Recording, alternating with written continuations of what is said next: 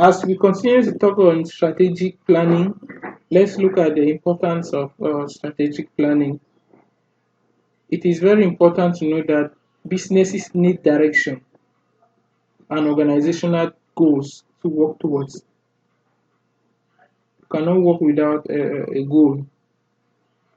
It means you won't even know what you should do on a daily basis. Okay. Strategic planning offers that type of guidance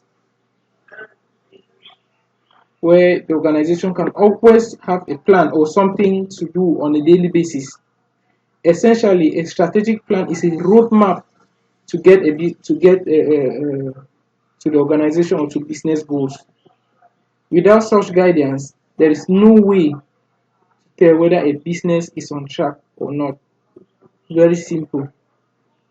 It is with a strategic plan that you will be able to know if you're making progress, if you're on track, or in fact what you should do on a daily basis.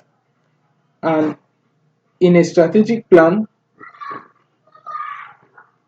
in a strategic plan, we should take note of the following.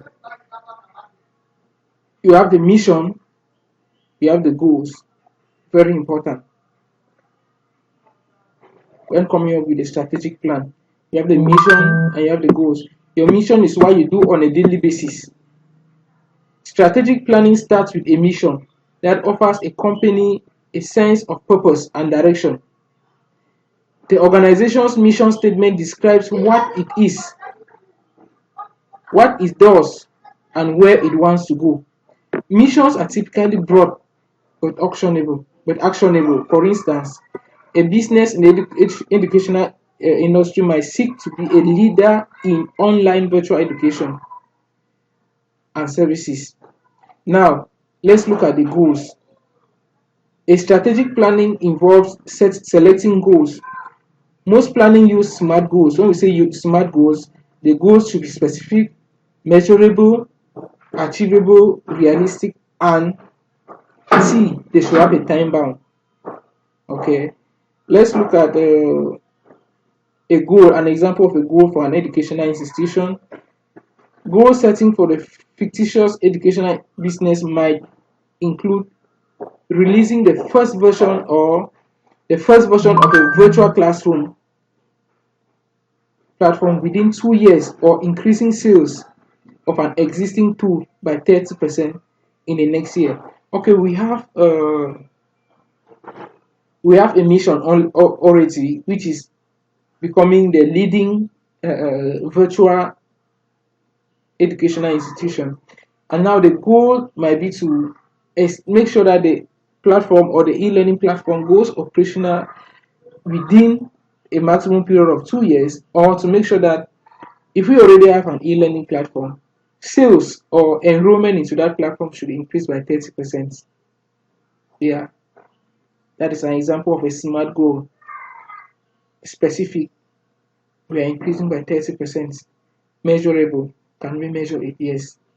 From 100 students, we say increasing by 30%, it should rise up to 130 students. Achievable, is it achievable? You check this out. What has been the growth trend? You have realistic. Is it realistic? Can you attain this? It still goes in line with checking the growth trend, and it should have a time bound.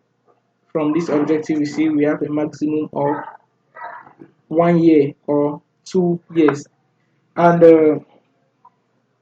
we should also be able to come up with short-term goals. You should not just set a goal for like 5 years. Your goal can be like 5 years or 2 years, and you forget about it. Or you should be able to set up short-term goals like monthly goals, quarterly goals, that will help you to achieve that particular goal you're setting to achieve in 5 years time, or that will help you to attain the long-term goal.